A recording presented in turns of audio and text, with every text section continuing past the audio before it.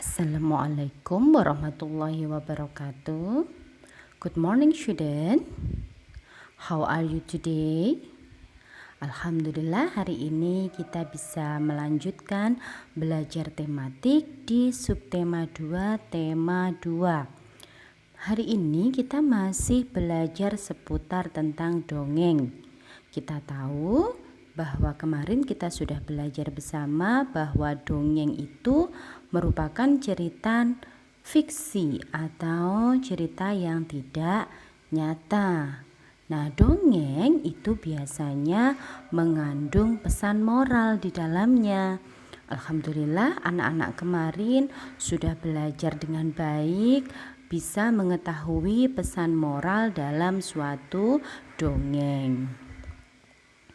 Nah, student, apa sih itu pesan moral dalam dongeng? Jadi pesan moral adalah pesan yang berisikan ajaran-ajaran secara lisan maupun tulisan tentang bagaimana manusia itu harus hidup dan bertindak agar ia menjadi manusia yang baik. Pesan moral dalam sebuah cerita harus selalu baik. Pesan moral dapat dilihat di akhir cerita dan dilihat dari sifat tokoh utama. Jadi student, pesan moral itu sendiri selalu berisikan ajaran-ajaran yang dapat dipelajari oleh manusia ataupun ditiru, dilaksanakan, diterapkan dalam kehidupan manusia itu sendiri agar ia menjadi manusia yang baik. Jadi student, kita bersama bisa belajar dari pesan moral dalam suatu dongeng. Misalkan kemarin ketika kalian mengerjakan dongeng tentang kupu-kupu berhati mulia, itu pesan dongengnya bahwa kita tidak boleh menghina ciptaan Tuhan apapun itu. Nah, itu juga harus kita terapkan dalam kehidupan sehari-hari supaya kita menjadi manusia yang baik. Kemudian student, selain memahami isi dongeng, cara membaca dongeng pun harus kita lakukan dengan baik. Membaca dongeng harus kita baca dengan seksama.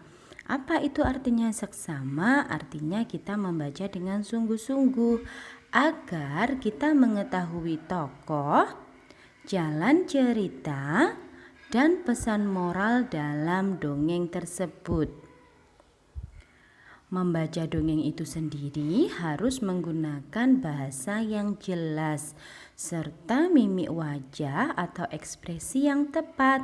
Misalkan kalau dongengnya menceritakan kisah yang bahagia, berarti ekspresi kita juga harus bahagia.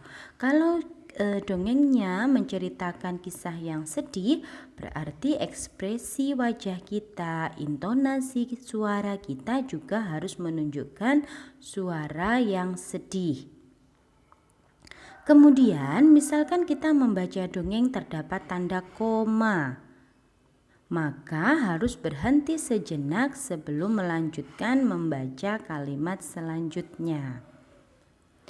Nah, student, kali ini setelah kalian mempelajari materi yang tadi, silakan anak-anak membuka LKS tematik tema 2. Kemudian silakan anak-anak membaca dongeng Persahabatan Singa dan Tikus di LKS-mu halaman 41 sampai 42. Nah, coba nanti student pahami siapa saja tokohnya, kemudian apa pesan moral di dalam dongeng tersebut.